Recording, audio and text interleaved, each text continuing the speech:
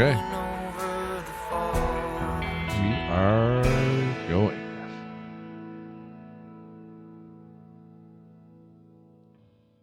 So the emails should be going out right now to my Substack followers. And I am waiting for them.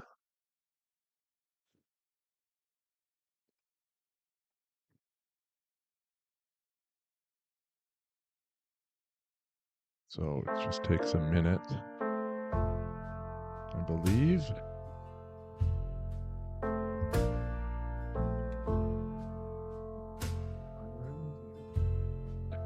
Yeah. Okay, we're almost there, guys. I'm gonna go to a source now. Yeah. Okay, we're almost there, guys. I'm gonna go to a source now. Yeah. Okay, we're almost there, guys. I'm gonna go to a source now. Yeah. Okay, so that's almost there, guys. I'm gonna go to the source. Gotta drop this. Yeah. Okay. There we go. That should work. I think. Right now, the live chat. I have to get in here, so I'm gonna go over to a browser. Almost ready to start, guys. Just getting my final setup going here.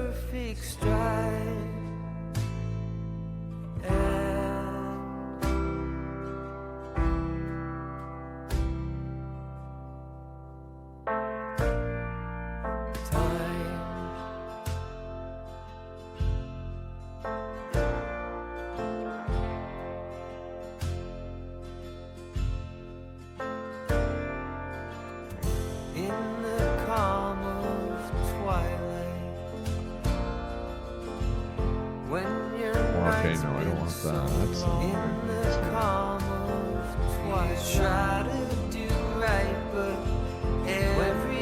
okay, no, I don't want that. So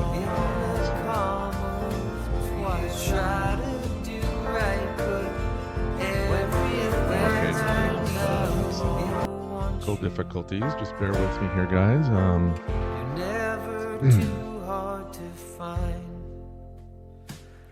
I know the places okay, so I need to and we'll go there side by side. You and I'll breath dancing into the night.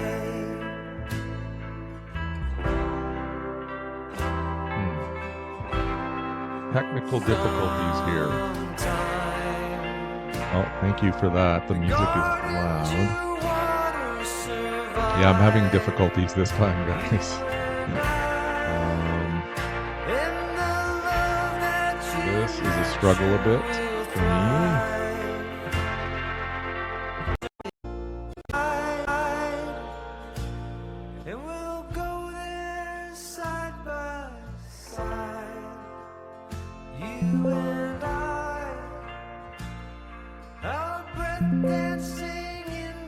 Okay.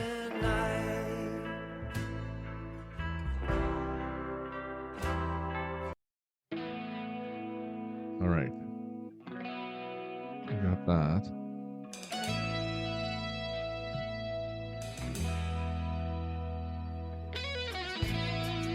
One final thing to set up and then I'm almost there.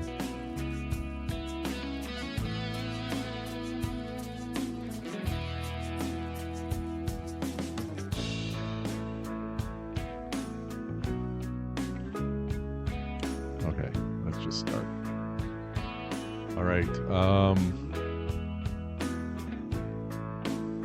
Not sure how this sound is. So if AL, I see AL McDonald. Hey, AL McDonald, can you let me know if the sound is good on maybe what the level of the music is playing in the background and how my voice is also sounding? I'll just wait. There's a delay in the comments, so I will just stand by. If you're able to do that, that would be awesome. Music is still a bit loud, eh?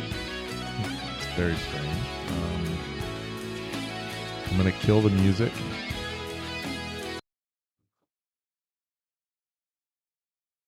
There.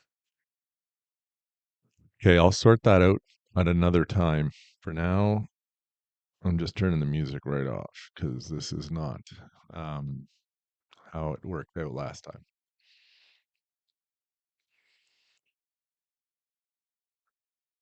All right, let's get let's get the show on the road here. Oh boy.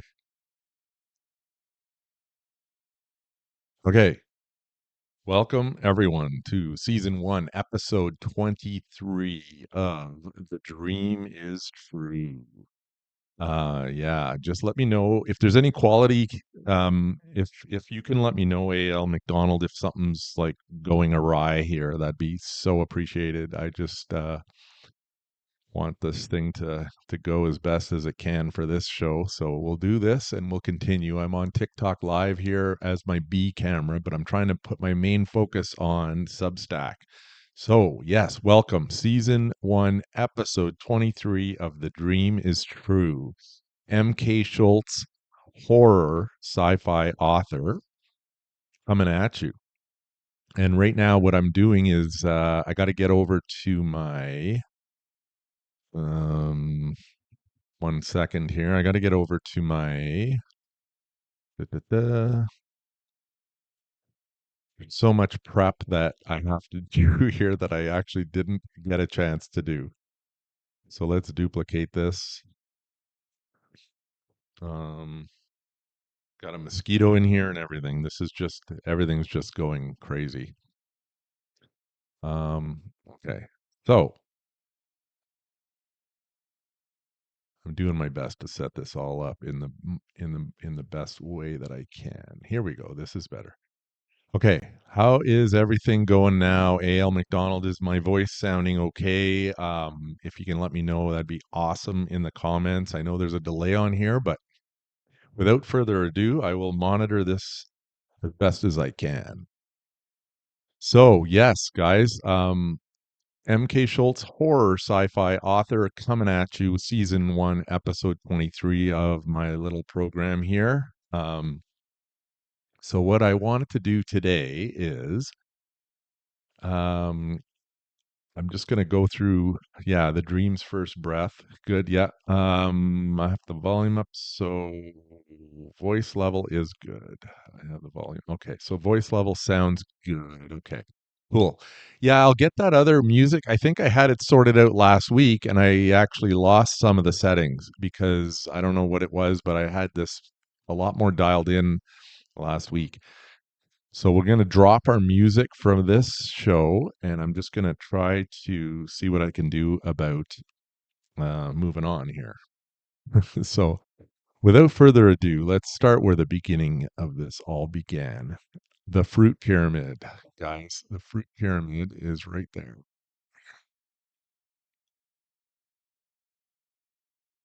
Where's the fruit pyramid? There it is. Look at that.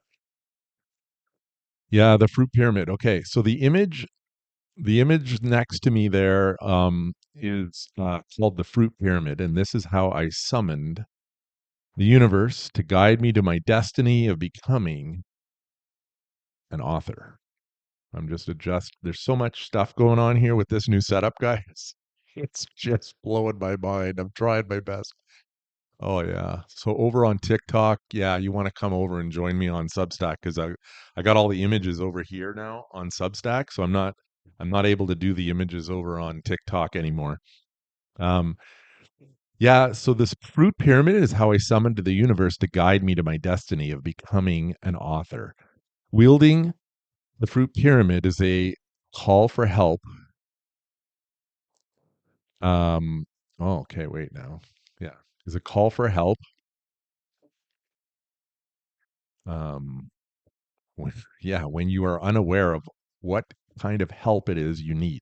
For me, The call was answered by a powerful realization that suddenly manifested into reality when I finally found the mysterious dream that had been hidden from my true self for my whole life. I found my purpose to be a writer. Join me for more about the fruit pyramid and other behind the scenes bits from my writing journey every week here, Thursdays on Substack. And right now, so seamlessly, I'm able to do these photos a lot better, which is actually really cool. Please subscribe to me on Substack. For that's how you can support me if you're liking this show and anything that I'm doing here. So much appreciated for the people on TikTok. Yeah, you can. I'll be still continuing on TikTok. You just won't get quite the level of experience that you're going to get on Substack because of the audio, the video, and the images, and all that kind of good stuff. How do you like my microphone windscreen?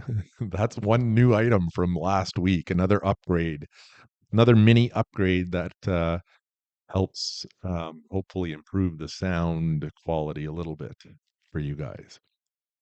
Um, yes, so the show is now called The Dream is True, but I'm continuing on with the numbering system that we started from at the very beginning. So this is episode 23, which means we're going to be reading chapter 23 of Cassius Canics today. So that's going to be really cool. Just to do a recap of last week's live reading of Cassius Canics, just to catch you up to it all. That was chapter 22, School's Out. Cass and Marcus volunteer in Melina's classroom at her school. The hidden agenda is to plant a spy chip called the OPC 1279 into the device owned by Connor. Okay, I'm just going to see here if I can make this smaller. And then am I able to bring it over here? Yeah. Yeah, okay. This will help.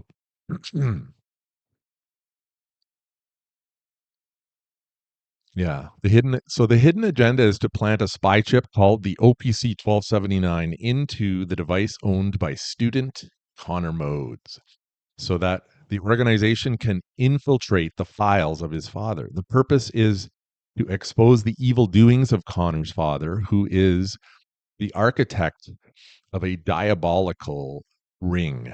And yeah, I'm just going to skip the word for the benefit of the TikTok people because that gets you banned on TikTok, apparently. But eventually, I'm going to be probably more so focusing on the Substack and way less focusing on the TikTok, but we'll see what happens. Later, it is becoming evident that Cass's confidence is growing in the midst of some sort of change he is undergoing. Cass asserts his newfound authority within the organization by calling Marcus to personally direct him to terminate his relationship with Isabella. Cass makes it clear that under no circumstance can his family be impacted negatively. So yes, there are changes going on in Cassius, and it's super cool. I'm super excited to read this next chapter to you today. So yes, Cass receives further details about his mandatory trip to the organization headquarters. He is told he will be taking a flight on Sunday to an undisclosed location in Europe. So that is where that's where we left off, and we're going to be picking that up today on chapter 23, which is what's the title of chapter 23? It's The Visit. So this is the coolest part is we're 2/3 of the way through the book, and now I'm so excited that the real meat is coming, and the long awaited questions that Cassius had about himself and and the organization is all coming up because yeah, we're getting right into it on today's chapter. Super pumped about reading today's chapter. Oh, thanks. Very professional. Yeah. Yeah. Let me know. Yeah. Let me know how it's going. I love the feedback. I just want to know things are going good. All right, so we're gonna go over my books. So, all right, so Cassius Canix. Yes, Cassius Canix is right there. Is that? Let me know if is that big enough for you guys. Like, I just have it over top of a poster. Is that a good? Let me know if you like that. That little image backdrop, I guess. Cassius Canix is a sci-fi novel. It's a slow burn that turns into a raging fire. Awesome. And then teases for more. Buckle up. Okay, so I say buckle up, and really, near the end of the show, near the end of the book, is where all of the meat of this really comes. The reason for buckling up is coming up. We're getting into it here. Uh, we're getting into the last third of this novel, and let me tell you, that's setting the stage for the trilogy. um, we needed all this groundwork. I loved the slow build. I loved the slow burn, but now, yeah, we are coming to it, folks. So, and what's this book about? Okay, an ordinary man's life collapses after he's pursued by a powerful secret organization. The big question is, why him? He gradually comes to understand that he holds a mysterious dormant power within. When an unimaginable tragedy strikes his family, he defies the fundamental laws of the universe and travels through time to restore things back to normal. With cutting edge technology, supernatural animals, and even time travel, experience a seemingly simple man's journey to destiny and greatness. All right, next up, guys, we have The Fishing Trip. Let me see. How do I do this? Yeah, let's do this. Fishing Trip is here, and I'm going to show, you know what, I have the capabilities for these visuals, so let me do that. Check it out. How do you like that? For slick, eh? Is that a step up in the show? Okay. Yeah, I'm getting excited about it. Let's see. Yeah. So we got for The Fishing Trip. Okay, so this book is a prequel to the first, and it ends where book one starts. It is a horror sci-fi, and it's got cool, super cool character backstories that will have you longing for more. And I always say buckle up extra tight for this one because this one kicks it up a notch. um we've got some crazy stuff going on in this one with a cult that's after the engineers. And I said it's the fishermen. I don't want to give away stuff here, but yeah, spoiler alert. Equilibrium is book 3, but first, oh yeah, I forgot to go over the Fishing Trip synopsis. A routine fishing getaway for five close friends turns into a nightmare when an apocalyptic cult drags them into unspeakable evil and despair. Their only hope? A powerful time traveler racing against fate to pull them back from the brink. And physically, I will show you the book 3, Equilibrium. And then I will also show it to you digitally right there. So basically, what I wanted to show you or say to you, I should say, is Equilibrium is it looks like, I made a joke yesterday online because the owners of the store reread books here in Ottawa. That they now have two locations. They posted a image of all the local authors that they have on their shelf at their store. And I saw my trilogy there. I saw the Muse, and I saw hard copy, all there on their shelves in that lovely store. And I made a comment on that Instagram post, something to the effect of, it's so cool, it's so neat to see Equilibrium hiding in plain sight, when it's literally the book that is not as innocent as it looks and probably would be banned in several countries if it comes to that level of popularity. So here's hoping, eh? So yeah, we got it. We got it right here. This is my biggest book as well. This is the meatiest book I've ever written. This one sits at 104,000 words. That is my largest endeavor to date. Cassius Canix and the organization face their greatest threat yet: evil incarnate. An evil being named Dade is determined to rob Cassius of everything he's become. In a race against the destruction of the planet, he he strives to restore balance. The fate of the world hangs on Cassius Canix finding his true power, a mysterious power called equilibrium. All right, next up, we've got the Muse. There's the Muse, guys. Yeah, the Muse is obviously horror. You can tell by the insane blood red cover designed by actual fellow author Michelle Young. Helped me out a lot on that cover with the design and whatnot. We worked a long time on this little baby, and yeah, it turned out pretty well. It definitely turned out well. All right, seamless, nice. Okay, the Muse. All right, so The Muse is in a occult horror. This book is inspired by 80s slasher movies, Stephen King horror, and American Psycho a little bit too.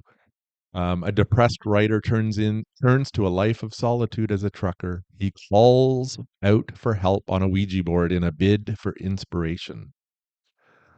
His call for help is answered by an ancient evil that promises genius but demands murder in return.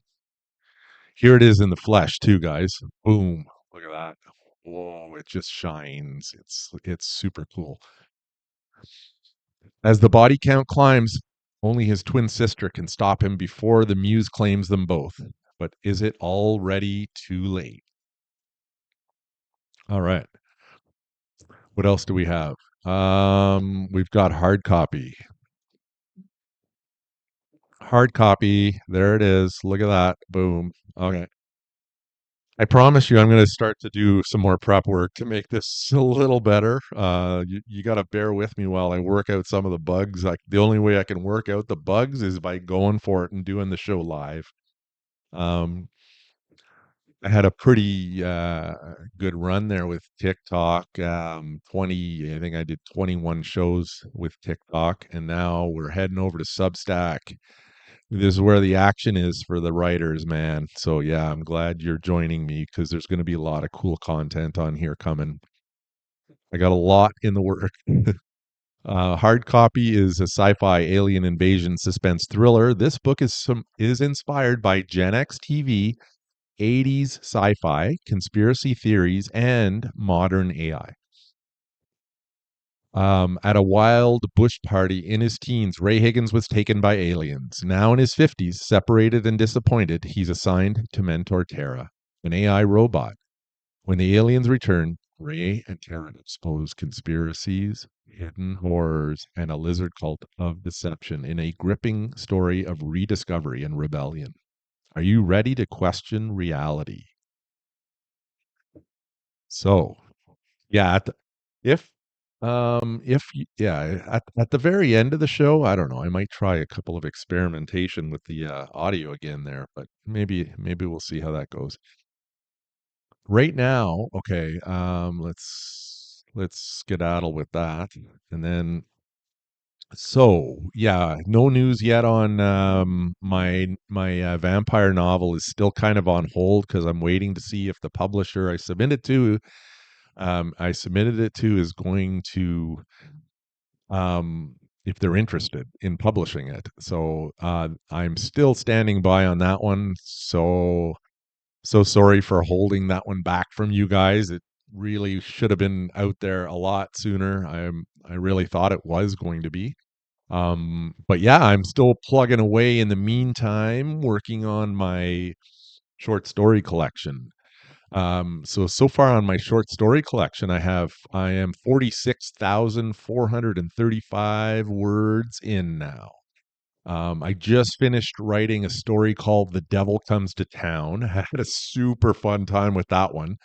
Man, it developed pretty cool because I'm a definitely a pantster, um, which means, yeah, like I don't have all the plotting for my stories all like plotted out. So it develops and evolves as it goes, which I have so much fun doing. Um,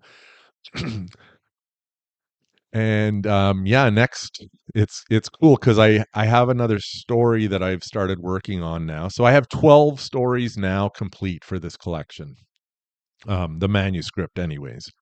I am now starting next week. I'm going to be starting story number 13, and I have already I have selected a title and I have a basic idea of where I'm going with this one.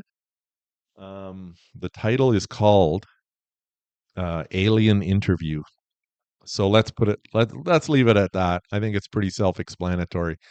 Um, so yeah, still working on that. So um, MK Schultz's in-person book events. Okay, so let's get to this. I am MK Schultz, horror sci-fi author, and thank you for joining me here on Substack. Um, we're switching over, and the show is now called "The Dream Is True," and this is episode number 23. And the format is going to stay the same until roughly the same until episode 36, because that is chapter 36 of Cassius Canix, which will be the completion of me reading that novel aloud on this show. After that, we're probably going to do some changes and rejigging of things to make the show maybe better, I hope. And yeah, for now we're going to continue on with this ride. So my next book event, let's pull this up. I've got an image here somewhere of this one. Where is it? It's called da, da, da, da. Why is it? Seems to be oh, there it is. Sorry. Yeah, I don't know what the problem was. So it's called Horrify. This is a cool event. I'll just blow that up for you. Just check this out. So this event, it's called Horror Fi. So it's combining the genres of horror and sci-fi, which is exactly what I actually do as a writer. One event, two worlds, infinite fear. This is at 1701 Woodruff Avenue, entrance 4, on June 13th and 14th. That's right. It's a 2-day event from 10 till 4 p.m. And there's a $5 ticket admission. Um, there's cosplay there too, which is going to be cool to see. Vendors, entertainment, and yeah, just this is by Geeked Out Events, and I'm super excited to work with these guys on this. So please check that out. Yeah. And let's see now. Oh yes. We are already at okay, yeah. We need to move along fast anyways because um yeah, we got to get we're at the bookish spotlight section of the program now. I'm not able to monitor my TikTok a lot more. I'm just kind of letting it's just spinning there. Like there it's my camera B, guys. So yeah. I'm focusing on my Substack camera, which is right here in front of me. Over here I have my TikTok camera B, and over here I have my other monitor. Um, but that is how it's going.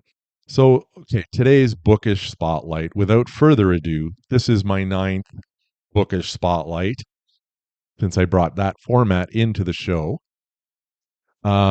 And yeah, so for today's bookish spotlight, there's another author that I have in had the pleasure of doing several book events with, and let's just before I show her picture, I will yeah, so she writes intimate and psychologically driven fiction that explores resilience, identity, and the fragile ways people connect.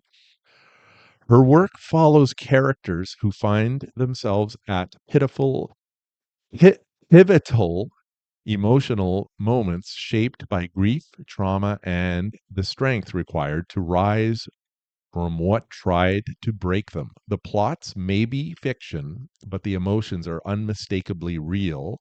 She has published 2 books and is currently writing a third, which examines betrayal and the difficult work of rebuilding trust. Without further ado, let me present to you today's bookish spotlight. And it is J.R. Vieira. So let's give a hand to J.R. Vieira. Based in Ottawa, Vieira studied English literature and has continued to refine her craft through creative writing workshops and mentorships, developing a voice known for depth and vulnerability. Her work resonates with readers who want stories that feel honest and human, even when the truth refuses to be pretty or offer tidy, happy endings. When she is not writing, Vieira is committed to movement as a form of grounding and growth. She practices boxing, calisthenics, handstands are her favorite. Yes, if you check out JR Vieira on Instagram. She posts a lot of her doing she loves doing handstands, and she's learned to do them quite well. She's got a lot of videos and posts on there. She also loves yoga and self-defense, which she likes to think helps her characters make braver choices than she sometimes does. And then we're going to have a look at J.R. Vieira's book. So over here, we've got a couple of her books on my blog. If you get a chance to check out the blog, which is of the same name, The Dream is True. The links in there are all clickable, where you can hop right over and get yourself a copy of one of J.R. Vieira's books. Really amazing looking covers. I really love Before the Sun Sets. I find the cover is simple and just very tastefully done. Um, J.R. Vieira's books are available on Amazon in both ebook and paperback, and as audiobooks on Audible and iTunes. They can also be found in selected bookstores across Ontario. She has 2 upcoming book events on May 31st. That's coming up, guys. That's in 2 days. So check out her website because I'm not sure where that is, but I think it's at a pub actually, with about 10 other authors, if I'm not mistaken. And yeah, it's at a pub. I can't or a brew like a microbrewery or something. Yeah. So check that one out. And she's also going to be at June 9th. She has another one on June 9th. More details are posted on her social media. To stay connected, you can follow her on Facebook and Instagram at jrvieira_author. And you can also visit her website, www.jrvieirabooks.com. That's JRVIEIRABOOKS.com. Personally, I always enjoy seeing J.R. Vieira at book events. And from our very first introduction, she has made me feel so welcome within the book community. And I thank you so much for that, Jessica. That's awesome. So that was my bookish spotlight, guys. My 9th bookish spotlight. All right. Now, yeah. So that was cool. Now we're getting on. What's next? What's next? Movies, TV, music, and books. All right. Movies, TV, music, and books are a massive influence on my writing. Each week, I share with you what I watched, listened to, or read. Here's last week's consumption. It was pretty small, guys. So let's go through this. Where's the first one? Yeah. So this movie here, Sasha Baron, Sasha Baron Cohen, Rosamund Pike, and Tom Davis. It's called Ladies First. It gets 5.8 out of 10 on IMDb. A male chauvinist is transported to a matriarchal society facing challenges from a formidable female version of himself. So, my take on this movie is the following. Not that great, but I'll read you my excerpt of my take on it from my blog. This is a movie that would have made more sense if it was released in the 80s to me. It felt out of place to me to make this kind of a movie in 2026, but perhaps that was part of the joke. And knowing Sacha Baron Cohen, not knowing him, but knowing how he is, that very well could be the case why he did this. Because it's like, yeah, it's so outrageously preposterous. That being said, the premise was completely unoriginal and the plot was extremely weak, in my opinion. I'm a big fan of Baron Cohen, but just not this movie. So that's my take on Ladies First. Not a great review from me. I would probably give it a thumbs down, I guess, on that one. And next up, the second movie of the week that I watched is called The Shark Whisperer. And it is a documentary starring Ocean Ramsey, Mike Bolton, and Kiona Tatawa, both wrote. Yeah. So if you look at the cover, you can see how crazy this actually is, because this woman named Ocean Ramsey, who's referred to as the Shark Whisperer, literally does swim right with the sharks, including tiger sharks, all kinds of other species of sharks. And then, of course, they even went into great white sharks. She's swimming with them too. Even the biggest one that has ever been seen in the area in Hawaii, she ends up going and swimming with it.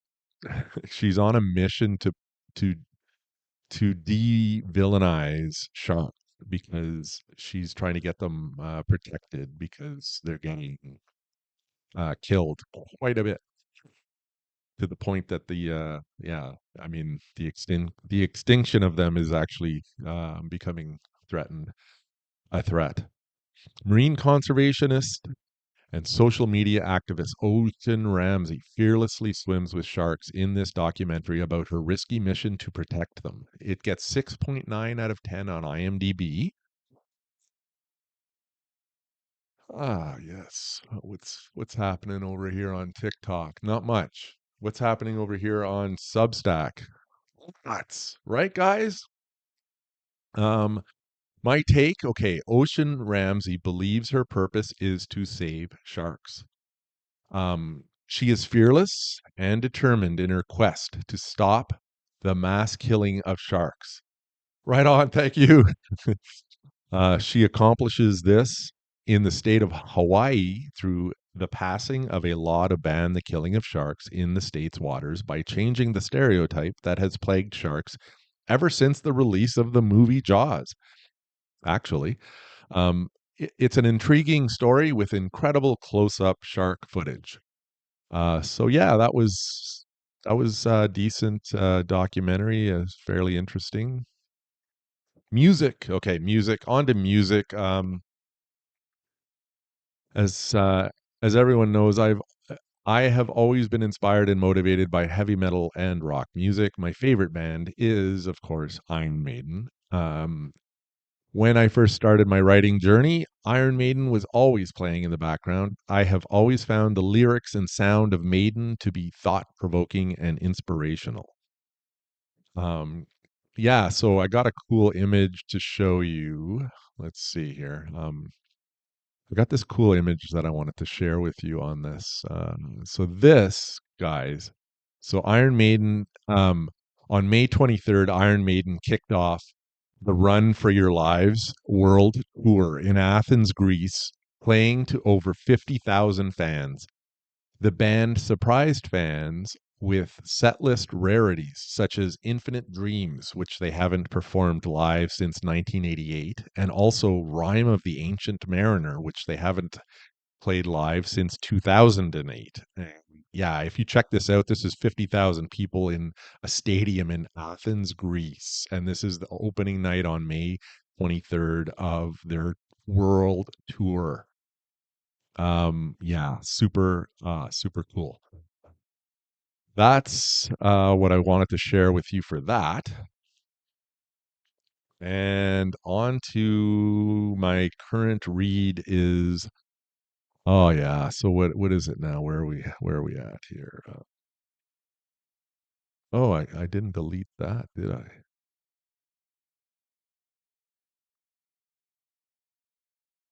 How does that work?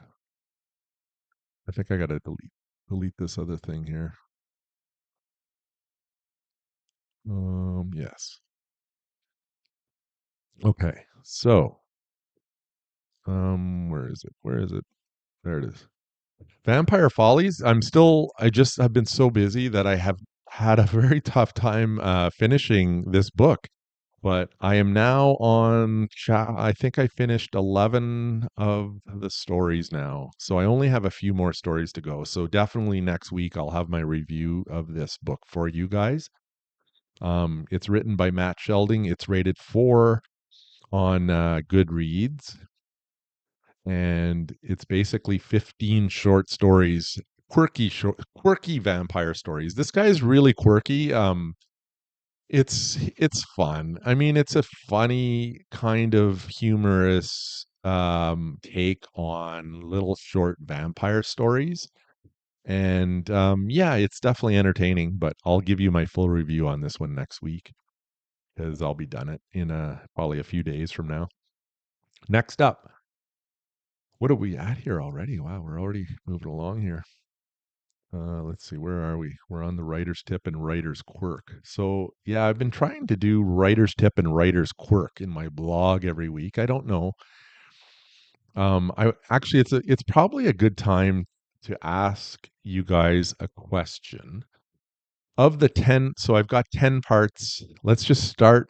I'm going to pose a question to you just to put this in your brain, and maybe you can think about it and come back another time and give me some comments, or give me some comments. If you post some comments in the live, or when I post this, that'd be awesome. Um I'm looking for suggestions from my listeners and people who subscribe to me on Substack, because currently I have 10 parts this show and my blog are made up of. And I may think about dropping some of those parts just so that we can better focus on the other ones that are maybe we just focus on the bookish parts, and maybe we drop the music and the movies and the I don't know. I don't know. I'm looking for feedback on that. Maybe I drop the food section. Maybe I drop maybe we just focus on live readings more. And I really want to keep the bookish spotlight because I think that part is actually very worthwhile doing. Um, Not only for myself, but for the authors that I'm actually covering the bookish spotlights on. I think it's actually a good way to help each other grow. So yeah, I like that. But yeah, let me know. I'm just planting a seed in your brain there. Let me know what your thoughts are on the structure of this show, because I want to make it better for you. So I'm open to all kinds of suggestions. and ideas. If you have something that you want to propose, let me know. I would love to hear it. Let's see. So far I've sold 78 books in 2026. So yeah, I'm pretty excited about that. And I mentioned I got my 100th book review on Goodreads. That's kind of cool. That's a cool milestone for me, getting 100 reviews on Goodreads is definitely a milestone that I am proud of. I got my first paid subscriber on Substack. Oh my God. Yeah. Hello. That was like super, super amazing. I'm still not over that one. Thank you, A.L. McDonald, for that one. Um, that was amazing. And I got I'm up to 56 subscribers on Substack now. So that I'm super happy about. I'm hoping that, I'm hoping that's going to continue to grow because of my book events where I'm going to be acquiring more people to sign up to my Substack. So we want to see how far this can go. This is what it has evolved into now, and I'm running with it. So we're going to see what happens.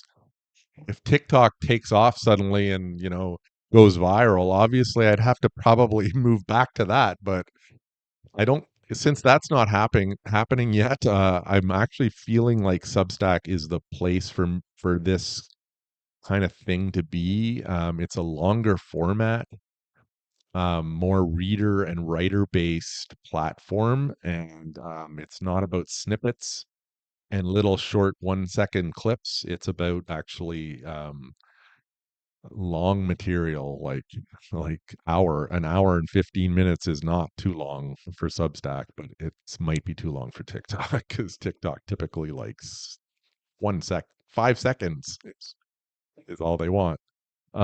Yeah, so my novel hard copy is now available at the Ottawa Public Library, so I'm pretty excited about that. Some of this is repeats, obviously. And yeah, I've now sold books in 8 different countries, and I have a map of the world on my blog that I post, um, which shows a red dot for each of the countries where I've sold books. Super cool. Canada, USA, UK, India, France, Germany, Italy, and Australia. Like, yeah, how cool is that? And I've gotten reviews from a lot of those countries as well. And most of them were decent reviews. Like people are liking my books over there, and it's pretty cool. I never knew how people would take some of my books, excuse me, in other countries. But yeah, they're seeming to some of them are eating it up. Like I love it. It's cool. I have now sold 833 books since I have published my first book in 2019. The dream is true. That's what I say about that. I've now reached 14,577 Kindle edition normalized pages read. Thank you, KU. And I'm hoping this year to achieve my 1,000th book sale. And that is going to be something I'm going to want to try to celebrate somehow. What do we got going on? Yeah, I don't know. Okay, writer's tip. So I have a writer's tip that I'm trying to do each week now. Today's tip is pretty simple. It's just about my two-tier table setup at book events because literally on the author chat that I'm part of, another author literally tagged me and asked if how I do my two-tier table setup. She was looking for she's thinking about doing one or tinkering with the idea of her presentation, and so she thought she'd reach out to me and ask me how do I do mine. And so yeah, I'll show you a picture of a close up of mine that I have here somewhere. Yeah, the only thing is finding it. um Now I have a big list of images that I have ready at my yeah, here we go. So there's a close up of my typical standard kind of table setup. Here's what I do. And so I start with a couple of boxes and that I place on the table, and then I place a board on top of the boxes. And then when my tablecloth is placed over top of everything, it gets kind of set into place and secured by the weight of my books. So you can kind of see how it's got two levels. There's a level at the back where I have a row of items like some my books and other kind of things like the alien and the skull and the octopus and stuff like that. And then down below is where the public kind of picks up books and handles my books. And then I've got my sign up sheet down there as well for my Substack. Super cool last week, guys. When I did that book event, I don't know if I mentioned this to anybody, but I got 11 new subscribers to my Substack when I did my last book event. It's really turning into something. I guess I'm knowing what to ask and knowing what to say now at my book events because this is becoming a lot more fruitful. So just doing book events is opening my Substack subscribers list up significantly. All right, so writer's quirk. Let's move on to writer's quirk. That was my table setup. That's my tip for, I don't know, what's the tip of I have for the week? Setting up your table at a book event. That's how I do mine. So for this week's quirk, I just wanted to talk about the technical side of my show. The dream is true. It's still a work in progress. I'm still working out some of the bugs, but here's where I'm at so far. This show is a beast. It's still evolving. So yeah, like I said, for the first 20 weeks, this was my TikTok live show called MK Schultz's hashtag Book Talk Night. Now it has been changed to my Substack live, and it's called The Dream is True. To better align to provide alignment with my blog of the same name. On the technical side, I am using OBS Studio on my PC to broadcast live to you through Substack. In order for this to be the best it can be, I'm using an Audio Technica microphone mounted on a boom arm with a webcam and Sony headphones. The audio consists of my voice through the mic and copyright-free music from YouTube Studio on my PC. So that's the part I had to kind of shut her down on this show because the audio was I need some fine-tuning work on the audio technical aspects of it. So the Sony headphones allow me to balance the audio perfectly between the voice and the music, but that wasn't happening on this show. So I got to work on that for next time. OBS Studio allows me to display images or share my screen. There is a delay of approximately 7 seconds for the chat, which I monitor through Substack. So I see your chat.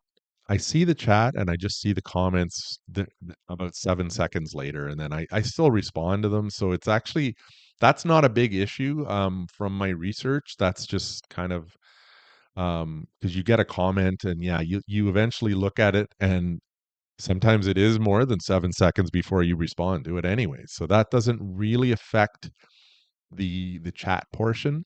What it would be difficult to do is to have someone live because of the 7-second delay. You'd be asking someone a question live and then waiting for their response, and it would be confusing. So there's a workaround for that. So because I do want to do this eventually, so I've already done some research. In order for me to have a guest, apparently one of the easier ways to overcome the delay is basically you just use Zoom. So you do a regular Zoom call, and then I can patch that Zoom call into my OBS studio. So there still will be a 7-second delay for the viewers on my Substack, but the conversation of the interview between me and the other guest is going to be seamless. They won't even realize there's a delay, and we won't realize we don't feel a delay because we're doing it real time on Zoom. And so yeah, it's confusing broadcasting technology that I'm really working on understanding better. The format of the show will likely stay as it has been until the airing of episode 36, like I said. when I have completed the live reading of my first novel, Cassius Canix. Um, yeah, the TikTok live stream is going to be run simultaneously through my phone as a camera B mounted on a separate boom arm. And that's about it for that. I think we're going to get on to I think I'm skipping my food section. It's in my blog if you want. But I'm going to get on to the live reading because the chapter is a tad bit longer this week. So let's see. Let's get to it. So let's do this, eh? So what I'm going to do for my own sake, I'm going to put let's put Cassius Canix right there. Um, let's make it bigger because we're going to do a live reading now of Cassius Canix. So there it is. Okay, guys, get ready because the slow burn is getting more intense. It's getting more exciting because we're finally getting somewhere to get some answers to some of these questions that have been plaguing Cassius Canix throughout this book. I'm torturing this guy so badly. We are 2/3 of the way through the book, and it's only now beginning to come to the point where he's going to get some answers. So here we go, because he's about to do the visit. The visit is chapter 23, the visit. Without further ado, here we go. You know what? I haven't even had a drink of my tea yet. Good for the voice. All right, guys, I'm going to try to do this as the best kind of performance I can do for you as an audiobook narrator would. I want to give you the feel for how I intended this book to be read. I love the audiobook narrator, Skylar Morgan's take on it. It's pretty cool. You got to check it out. And I'm having a lot of fun doing my own take as the author. So without further ado, chapter 23, The Visit. Sunday morning, the morning he had been, see, okay, it's hard being an audiobook narrator. Let's put it that way. I'm seeing that when I'm trying to do these live readings. Let's pick it up from the beginning. Let's try again. Sunday morning, the morning he had been waiting for anxiously for quite some time, finally arrived as a day you await for always does. It was a cool morning, brisk, crisp, and refreshing. The sky was a perfect blue, and it was windless. All right, even though I don't care, I'm going to be doing this TikTok. I got to prove that I'm not a robot to TikTok to keep that stream going. Cass was enjoying a solitary early morning coffee prior to anyone getting up. Strolling outside on his property, he received the notification he had been waiting for. A transmission.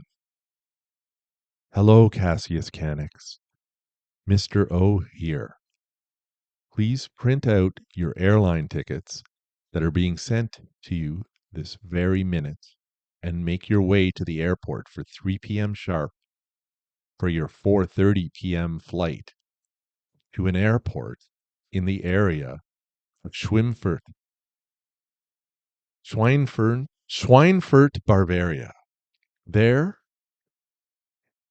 you will be greeted by our faithful aide, Charlie. Oh, yeah. You are to dress very casual and unassuming in typical wear. When you arrive, just start walking slowly in a focused direction as though you know exactly where you are going. Charlie will find you and help you to a cab, which will bring you to me. End transmission. Okay, he thought. It's happening. Let's do this. Packing was already complete, so he would really have no further preparations to do other than print out the tickets and say his goodbyes to the family. The final day would turn out to be nice, a nice send off for him mentally, as plenty of bonding time was enjoyed prior to his departure. Then he would drive his car to the airport as it would be parked there for the duration of his trip. Goodbye, kids. I love you, he said as he slowly approached them. While hugging Lydia goodbye, he cherished the moment as though it could be a final goodbye forever. Not that he believed it would be, but nonetheless, it felt like that in some small way. Tear slowly grew in Lydia's glossy eyes until it broke free and made a quick run down her cheek before screeching to a sudden stop, where it would remain until Cass gently skimmed it away with the front of his second finger joint.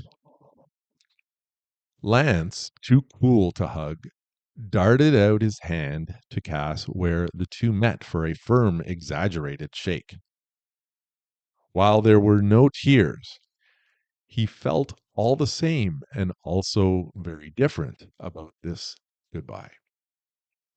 Finally, Melina jumped up off the ground and wrapped both arms tightly around Cass. With sobbing and full waterworks in effect, she said her goodbye, and Cass assured her that he would be back before she knew it.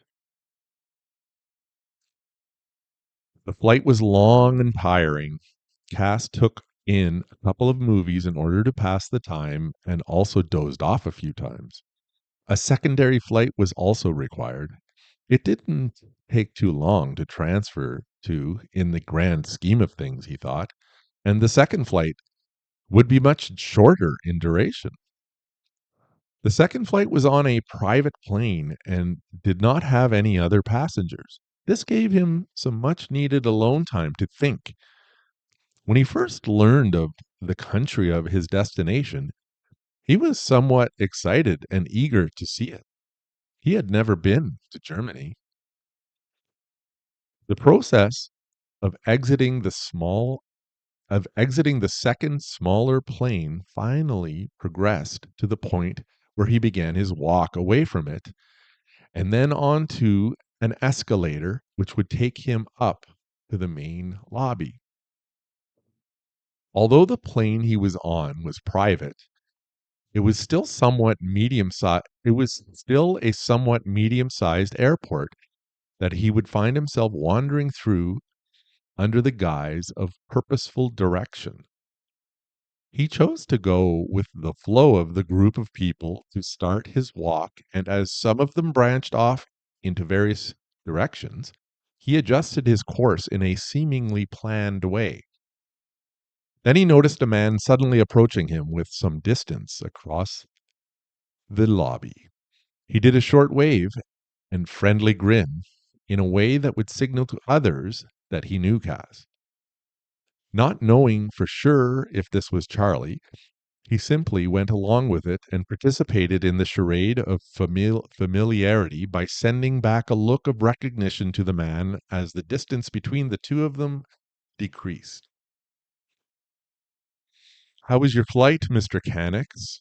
So glad to see you. I have a cab for us. Just follow me this way," Charlie said in a straight to the point, yet warm and welcoming voice. And that was it. With no further talking, the two just walked in a very casual manner, like it was a regular occurrence of everyday business between the two. Reaching the cab, Cass was surprised that it was a standard cab in the row of all of the others.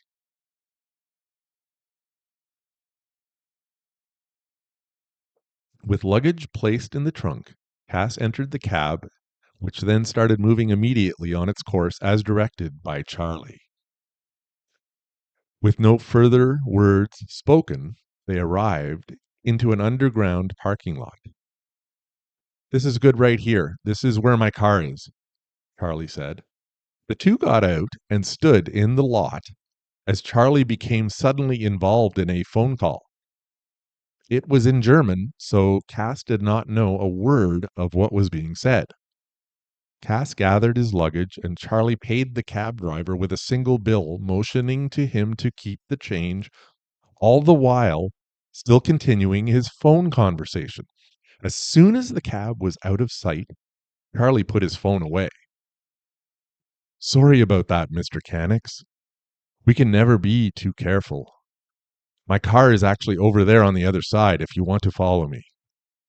And with that, he followed Charlie to a black car that looked like a presidential car, he thought. Its windows were all tinted black, and the interior was exquisite with soft leather seats and an impressive looking dash that would pass for the cockpit of a spaceship in a futuristic movie. So sorry for not welcoming you in a better way, Mr. Cannix. My name is Charlie, and I am at your service for the duration of your trip. Anything you want, just ask. We will be arriving in 30 minutes from now, so please relax, enjoy the scenery, and free your mind. Cass did enjoy the scenery very much. It was very different from his house in the woods back home, but it was very beautiful. He was amazed that after only 15 minutes, they had already reached what looked like a very secluded area. In a sudden, swift motion, Charlie spun the wheel and turned the car sharply to the right. It wasn't even a road that they were on. Cass was startled by the odd nature of this maneuver and immediately questioned Charlie about it. What is this? No worries, Mr. Cannix, Charlie said soothingly. Not to worry, Mr. Cannix. We are on a concealed roadway. It is covered with ground cover that is not affected by the tires of the car driving over them. They have a memory built into them so that when we drive over them, they don't flatten under the weight of the tires. Now we are good though, because we are approaching thick woods where the tire tracks will not be seen by anyone. This is a very secure area where no one without special permission is permitted. Suddenly, the car stopped. The two got out and stood in the middle of nowhere. As Cass looked around, he felt quite at ease, as the surroundings were very isolated from civilization.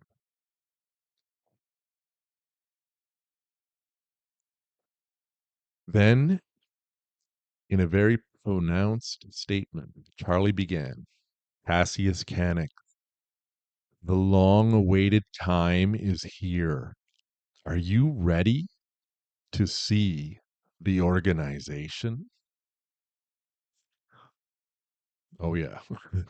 Cass slowly looked around once more and then eventually back at Charlie. As ready as I'll ever be, Charlie.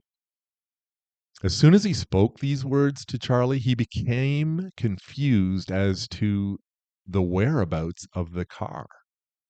It was gone. Then Charlie took his phone slowly out of his coat pocket. Entering the code into the phone, Cass knew what was about to happen. And although he may not have known exactly what would happen, he still felt strong enough that he had the general idea of what it would be. He was right. Suddenly, a large flat door, 10 feet by 10 feet, lifted upwards by way of large hydraulic arms that were revealed as it opened wider. The air pressure differential caused surrounding leaves to stir, and mist appeared as the outdoor air was introduced to the inside. Stairs were then revealed, which Cass and Charlie immediately began to descend. After a dozen or so stairs, the door closed above them, producing pitch black darkness, which which was instantly replaced with the light from a series of fixtures that flicked on with loud, echoey, clapping sounds. Cassius Canix, it is my great and privileged pleasure to welcome you to Pod 1, the headquarters of the organization of which you belong. The bottom of the very long stair descent revealed a vast lobby that was fully furnished and had very high ceilings. Within the lobby, but still quite some distance away, an elaborate desk resided at which a man could be seen sitting behind in a chair. The chair, however, was more like a throne perched upon a dais, and it had a high back that had ornate Gothic type decorative features. Behind the throne, Cass could see three large doors. They looked like steel, and each of them had a large emblem boldly embossed upon them. Door one to the left of the throne had the image of a single die displaying three dots. Door two, which was central to the throne and directly behind it, possessed the image of a gun. And door three, to the right of the throne, displayed the image of a treasure chest. And then there was the man sitting on the throne. He was broad and of pale complexion with a smooth shaven head. He appeared to be similar in age and stature to Cass. He wore a black suit with a red silk handkerchief in his left breast pocket and a white tie. On his wrist was a large gold watch, and when he spoke, his voice filled the room with a deep, commanding voice that seemed to penetrate and resonate to the very core of Cass's eardrums. Cassius Canix, Cassius Canix, Cassius Canix, he said. We have been waiting for this moment for decades. My name is Orion. And you are a very unique man, Cassius Canix. More than you know. The purpose of this visit is to show you yourself and why this is so. It will also be made known to you why you came to know us, who we are, and what your role in the organization is. You are already aware of some things. You are part of something unique, something that seemed to fall in your lap, or so to speak. But Cassius Canix, let me make this very clear right now to you. None of this happened by accident. Not your buying a gun, not your meeting the engineers, not your meeting Rock, and not your induction into the organization. Know this, Cassius Canix. When you leave here, you will be leaving as a different man. A completion of your transformation from your old life to your new will be accomplished. Oh, yeah. Um, to achieve this during your time here, training will be required to open your eyes to your purpose and to you and your destiny. This will be accomplished through the means of 3 experiences that you will undergo here. Through these experiences, you will discover the truth about yourself, and once and for all, you will no longer wonder about the many things that have plagued your mind throughout the course of your life. Things like, I wasn't meant for this, and I feel like I was meant for something else. Cassius Canix, I am here right now to confirm to you that you have found that something else that you have always known deep down inside of you to exist. How you found it will be explained to you during the course of your visit. Your visit is to serve the purpose of a sort of training for you, Cassius Canix. Through this training, you will transform into the you that was what you were meant to be, which will satisfy what you always knew to be deep down inside, but never knew how it would be. The training will take place behind each of these doors, the contents of which were created for you. Training begins in 2 days, after which you will spend 3 days of instruction in each of the 3 doors. Only after completion of all 3 sessions, will your transformation be complete. Cass worked up the nerve to speak, and he quietly questioned in a concerning tone. What if I do not succeed with the training? Cassius Canuck, you are the training.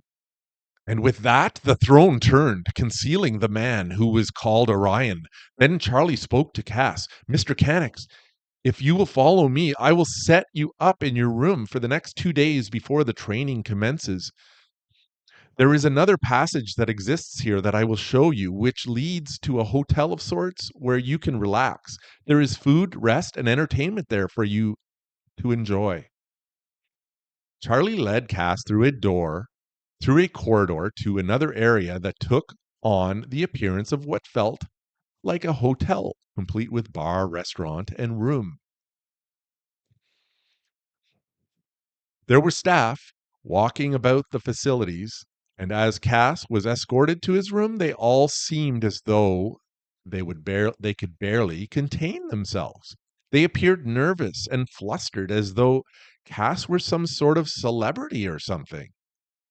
When they reached the room, Charlie said goodbye and told Cass to settle in and head out to the bar area for drinks or food whenever he wanted.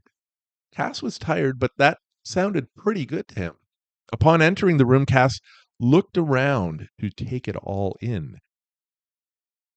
It was a first class room, he thought, better than any hotel room he had ever been in, and better even than what he had seen in the movies. With the door shut, the first thing he did was to unpack his suitcase. He meticulously put all his clothes in drawers of the dresser and the closet as well. The furnishings were so elaborate, and he wished he could have shared this experience with Melina.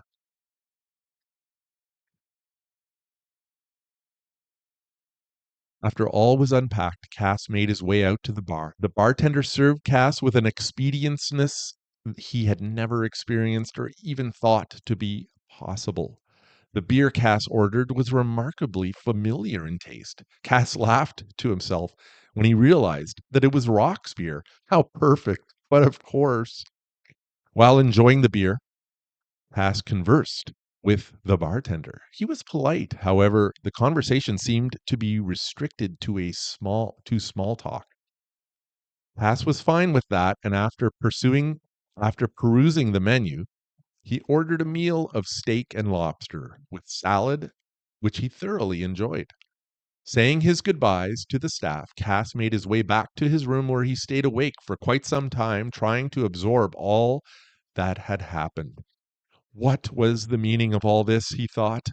why and how and what was all of this? Still so many questions. He knew one thing for sure. He knew that he knew now more than ever he was in this. And whatever this was, there was no turning back now. That was certain. Okay. Are we amping it up here now? Like are we getting, is the suspense making you want to continue? I've been told it's a page turner by several of my readers. And I'm still proud of this little book, you know. Even when I go back and I read it now, it brings me back to the beginning of my journey as a writer, and I just yeah, I get chills. I get chills just like I got when I was writing the book. So I'm glad to share this with you. That is, we're already, yeah, we're over time because this chapter was longer than normal, but I'm not sure if A.L. McDonald is still around. Um, I just wanted to ask him one question if I could. I was, th- I actually no. You know what? It's okay. I'm going to play with the audio for this offline because there's a way of me doing that, and then I will hopefully be able to provide you guys with some cool bells and whistles next week. So, without further ado, is there any comments or questions, guys?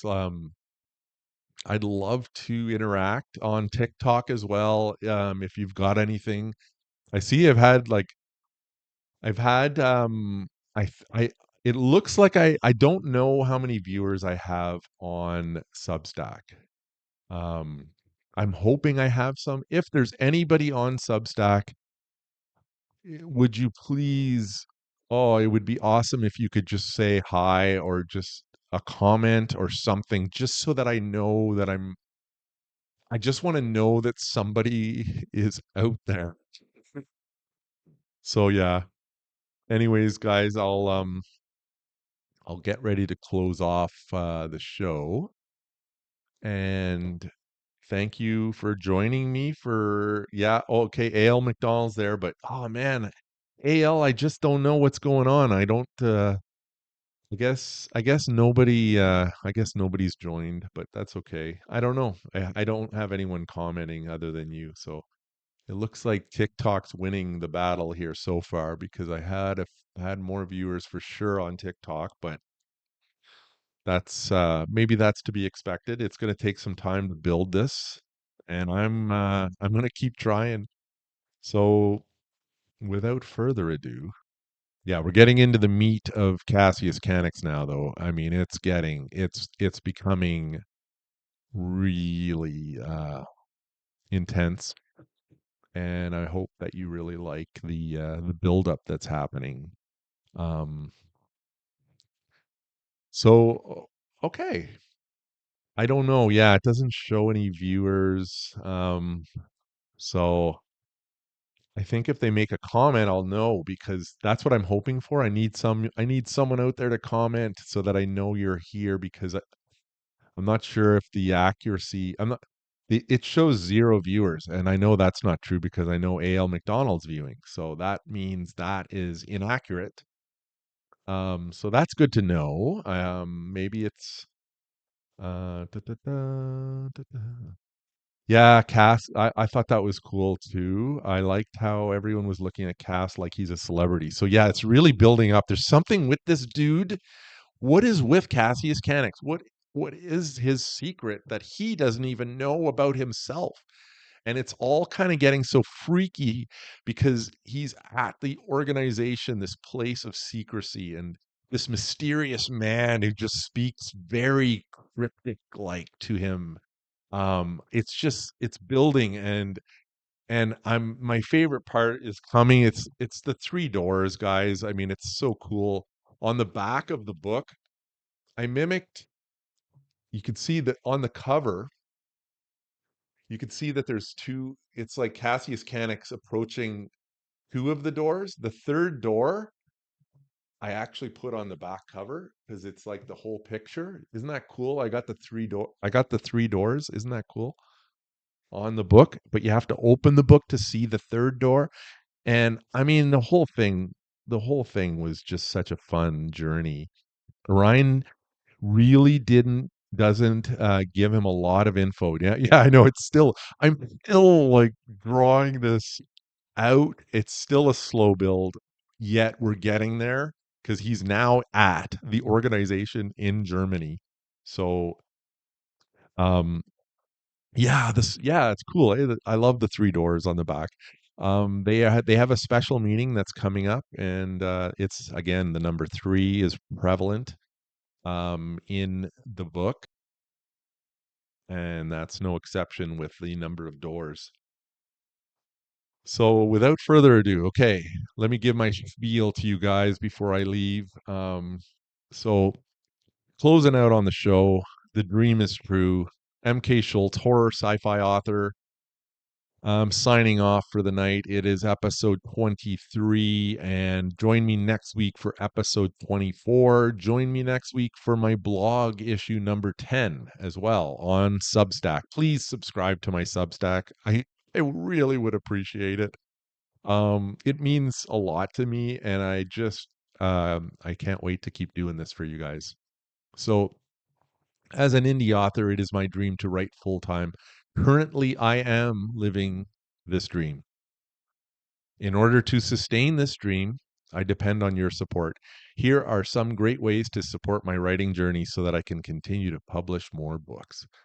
Buy my ebooks, softcover books, and audiobooks online or at live in person events. Host book reviews on Goodreads and Amazon. Support me on Ko-fi by buying me a coffee or tipping me. All these links are in my bio, guys. And yeah, on my link tree. Support me on Substack through a paid subscription, like A.L. McDonald did. What a guy, eh? Oh, love it. Please, yeah, just click the subscribe button in my Substack, and that is gonna just make my day. So yes, hello, hi, Leaf Dancer, hello on TikTok.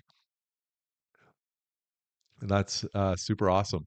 I'm over on Substack now, but I'm monitoring my TikTok as a camera B, and someone is saying he's a great writer. Wow, that's very flattering. Thank you so much for that. Wouldn't it be something if in this whole journey TikTok ends up being the one that explodes and surpasses everything? Hey, whatever happens, happens, right? So without further ado, I will now close. I now recite the phrase that I heard on a song called Dream of Mirrors by Iron Maiden. It is a phrase that inspires me, and I want to share it with all of you. If you have a dream, don't say, I hope my dream comes true one day. Instead, say this out loud every single day. The dream is true. And yes, okay, just before I leave, um oh, it's okay, so Leaf Dancer. Now I know who you are. Okay, well that's awesome. Thank you. Thank you, Leaf Dancer. And I even got they even got that. Okay, yeah, I'm over on Substack now, so I'm probably missing comments on TikTok. But yeah, the dream is true. Thank you so much. She's hot. Someone from Substack said she's hot. So there we go. I'm doing some cross you know who that would be, I think. Someone named Al. Yeah. Yeah. I better get going though, because we ran late tonight. It's 8:30. So yes, the dream is true. Thank you so much for joining me.